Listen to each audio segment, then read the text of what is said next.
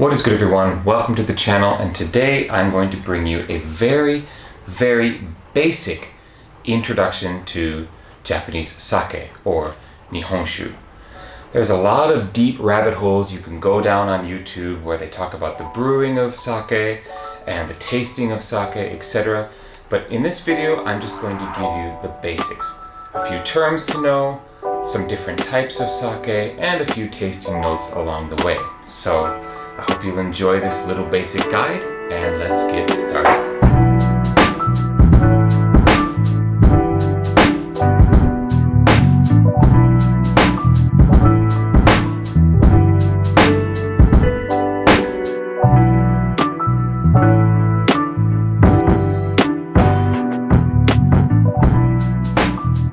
Okay, first of all, we need to explain the term sake itself. Sake in Japanese is actually just the word for alcohol.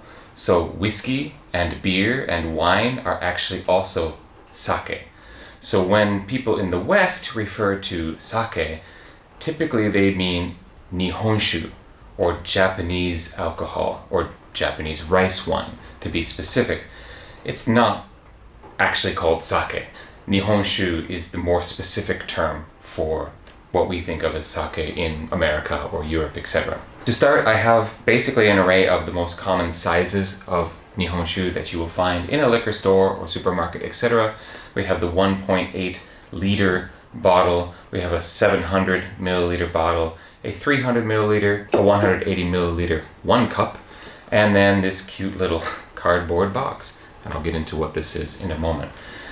Now, there's a lot of different types of Nihonshu, and it's brewed all over Japan, except for places in Kyushu, which famously produce only Japanese shochu and don't produce Nihonshu. But not surprisingly, some of the most famous Nihonshus come from parts of Japan that produce the most famous rice. Places like Niigata and Aomori and Nagano, etc. They tend to have really famous Nihonshu as well, because a primary ingredient, of course, is rice and also pure water. Nihonshu at its heart is really just a very few simple ingredients. It's basically just rice and rice koji, which is the sort of fermented starter that gets the brewing process going, and that's it usually. Some types of Nihonshu have an added alcohol to the blend, which is done for a particular taste or to get a particular sort of embodiment of that Nihonshu. So people tend to think that the pure rice sake or jumaishu is like the pure best type, but actually the ones that have alcohol added into them can be really excellent as well. As an example of that, this big one here is actually a honjozo Nihonshu. Honjozo is alcohol that is the rice starter, but it has an additional alcohol added to it to make the blend taste and react a certain way. If it does not have that alcohol added, it's known as a pure rice sake or jumaishu, and an example of that is this one here in this little cup. Hakkaizan is actually a pretty famous brand, and when you get into rice that is polished, basically the polishing of the rice is you're wearing off the top layers of the rice kernel, and the more the rice is polished, the more premium the sake that is produced from it tends to get. And a polished rice sake is known as a ginjo or daiginjo, depending on how much the rice is polished. Usually it's polished down to less than 60% of its original kernel, and my example of a daiginjo right here is actually polished to 50%. So basically the idea is you're polishing off a lot of the mineral content on the outside of the kernel, so what you're left with is a more pure rice kernel, which is going to produce a very refreshing and natural taste. So that's what a daiginjo is, polished rice sake. And the other two examples I have on the table here, this is a nigorizake, which means it has not been filtered, so it's not as clear as any of these others really. It's actually cloudy on the inside, and nigorizake is can vary in terms of how much of the rice, unfiltered rice content is in there. Some are like really filled to the brim and they're just cloudy all the time. Others like this one have just some at the bottom and it ends up being somewhat cloudy when you pour it. The final thing that I have on the table is this, which is called onigoroshi, which literally is demon or ogre killer. This tends to be very, very sharp and they say karakuchi, or basically like dry, and it's meant to kind of knock your socks off. So I'm going to try all of these and give you some tasting notes, but just a couple other small tidbit facts.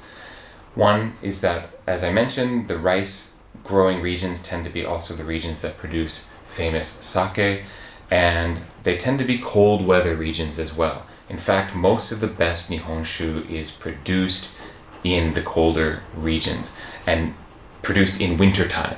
So actually, wintertime sake, if you're buying it, that a sake that's been brewed in the wintertime, it's probably going to be at its best. Nihonshu also does not age like wine, so you do want to drink a bottled Nihonshu relatively quickly. Pretty much within 6 months is best. And if you go beyond 6 months, it should still be okay, but you're starting to push it. And once you open a bottle of Nihonshu, you should probably finish it within a week, because it just begins to get vinegary and it loses its subtle and gentle flavors and just doesn't taste as good. I mean, it's the same with red wine. Once you open a bottle of red wine, you can't keep it open forever and hope on it still tasting good. Nihonshu is certainly the same way. One thing to help you with this is that every single one of these bottles and containers has a date printed on it.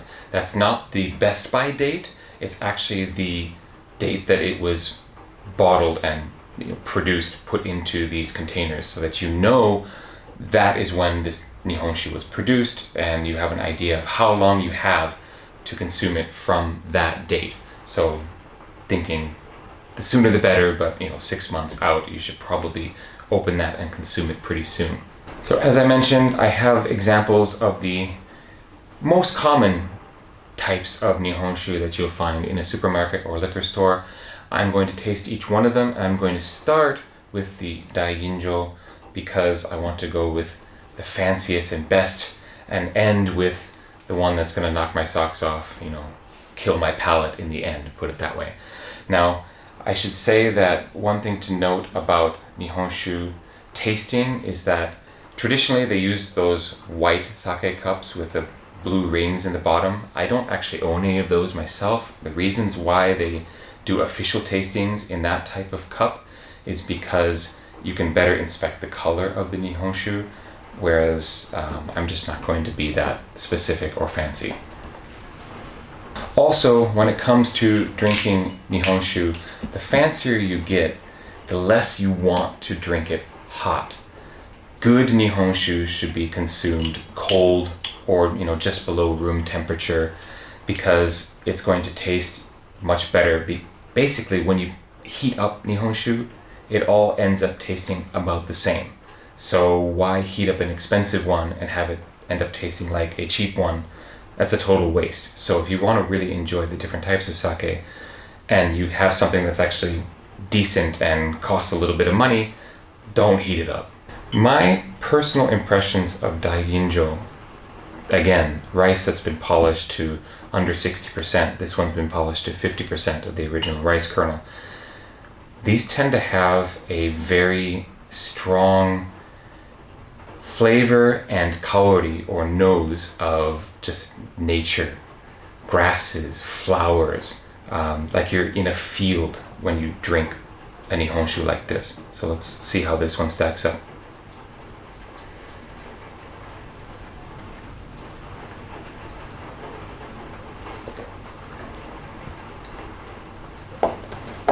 Ooh, that's actually more spicy than I was expecting. I'm getting kind of like pepper and spice in this that I really wasn't expecting. Usually Daiginjos come across as really flowery, but this one is... Ooh, that's kind of karakuchi. That's a little bit dry. That's pretty good. Not what I was expecting at all. It's a 50% polished, and it is from Niigata. This is from Niigata Prefecture, which is very famous for its Nihonshu production. I have not had this particular one before, so that's why I'm a little bit surprised at how it ended up tasting. Now again, I'm not a Nihonshu expert, so I'm not going to sit here and tell you like, oh, I understand all of this about the tasting of this, that, and the other thing. I'm just going to give you my honest review of each of these and how they differ from each other to give an idea. This is very, very smooth, but again, a little bit spicier than I expected. Let's go on to the pure rice sake. This type of container is known to most as a 1 cup because it's 1 cup. Typically you can just drink it straight from the bottle, and once you open it, can't be resealed. This is a fancy one. A lot of the ones you can get in the convenience stores are pretty inexpensive, like less than $3. I don't trust myself to pour from this type of container, so I guess I'm just gonna have to drink the rest of this later after the video. Wow. Unlike this one, I don't really smell anything when I... Rona, is that you?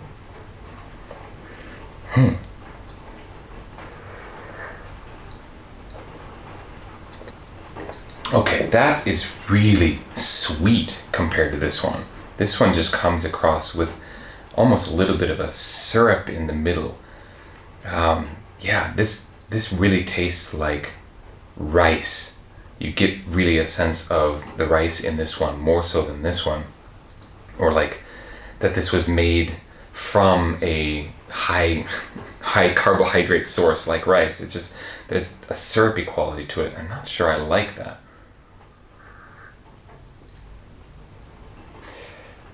I've had Hakkaizan before. I've had the more premium versions of this particular brand. It's pretty famous in Japan. Not impressed with this one, to be honest. Okay, let's move on to the Honjozo, which has the alcohol added. I have to admit, I tend to prefer to stick with pure rice sakes. I tend to like them more, but this one in particular I quite like, and this is from Kyoto. It's the Takara Shuzo company, it's a huge brewing company. They have a whole bunch of different lines of Nihonshu. This is just one of them, one of their fancier ones. This one is quite tasty, and I've had this before. I mean, I'm actually halfway through the bottle. This has been open about a week and a half, and it's pretty good, even though it's not a pure rice sake.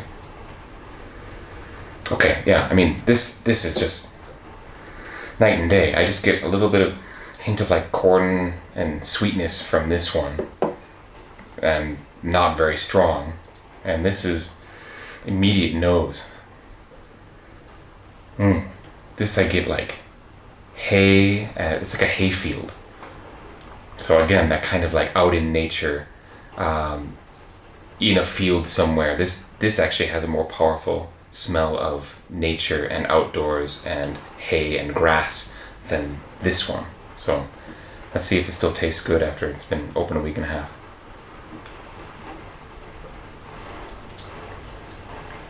Oh yeah, that's just, I don't know.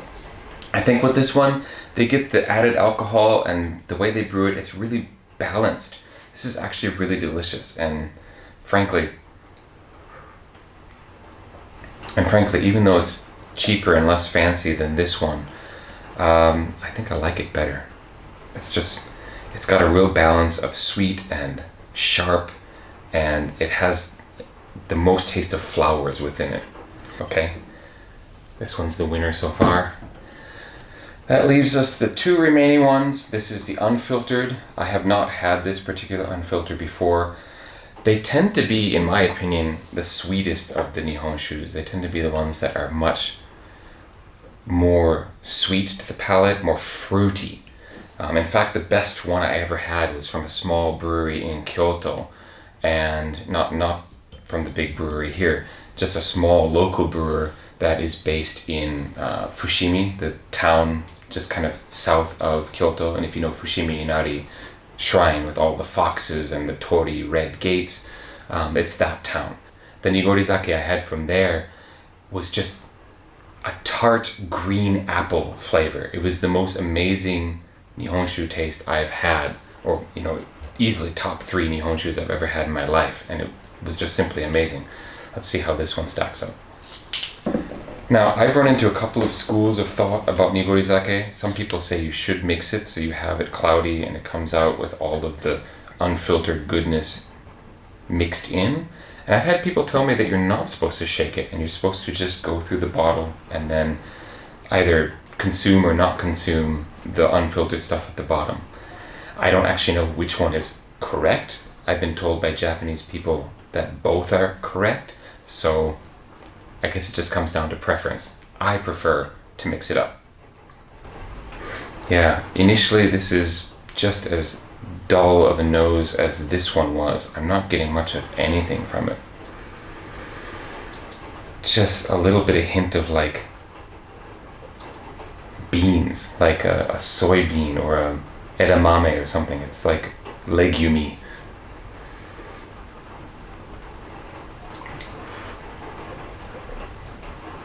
And then, yeah, sweet and tart. Okay, this is what you would call in Japanese nomiyasui, easy to drink. This is just kind of a sweet, pleasant,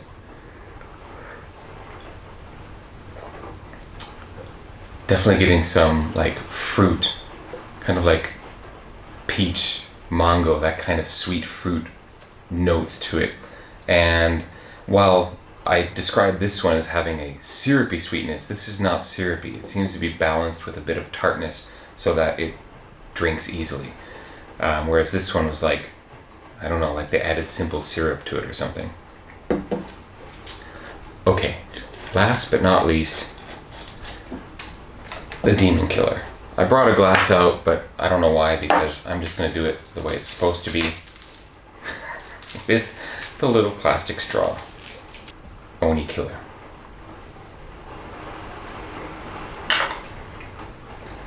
Ah, so fancy. Oh. Yeah, Karakuchi. That is... That'll put your panfish down for a while. Whew, okay. Not bad, not bad. I mean, if you're in the mood for something like this, that's pretty tasty. And it's gonna, give you the sense of I'm drinking Nihonshu. I'm drinking much more than these, where you can kind of like relax and enjoy a pleasant time with this type. This is more like I'm drinking now. Yeah, I won't do this very often, but on occasion it's pretty fun. Okay, now that I made a total mess, if I was really a professional, I would have everything lined up and I'd have everything edited and put everything in its place. But hey, I just wanted to do an informal, basic introduction. I've given you some main points. Again, probably the things to remember is try to remember the name Nihonshu, which is actually the name for this specifically, whereas sake is just alcohol in general. Next, every bottle or carton is going to have a date on it, so you know when it was produced, meaning you can gauge how soon you have to drink it. And again, anything beyond 6 months, you probably should pop it and drink it, because it's not going to be good that much longer. Sake brewed in the winter tends to be best. Sake that was produced in places where the best rice is produced, like Niigata, for example, which produced this one, tend to produce the best Nihonshu as well. And you might feel like you need to be a purist and only drink Ginjo, Daiginjo, or Junmai pure rice sake, but I would recommend that you don't have to be a total purist like that. It's not an adulteration. I think I used that word earlier, which is not really the case. It's not an adulteration to put extra alcohol into a Nihonshu. That can actually make the blend of the brewing that much better. And in this case, it really does. Because on this table, my 2 favorite tonight were these 2. This was nicely balanced, sweet and tart, and just nomiyasui, easy to drink. And this one is just the most complex of flavors. This one is just, it's spicy, but that's all I get from it. And I might not actually finish this one because I'm really not impressed. But I hope you were impressed with this video. And if you were, please remember to hit the like button and subscribe if you haven't already. I put out a huge variety of content based on my 18 years of living in Japan. So while I talked about Nihonshu today, I don't usually do things on alcohol, etc. But it's raining in Japan, it's been raining all week, so I figured I should do an episode that I can do inside, since I normally walk outside. But this seemed to be the ticket for this week, and I hope you enjoyed it. Again, check out my other content, and I hope to see you next Friday as well. Peace.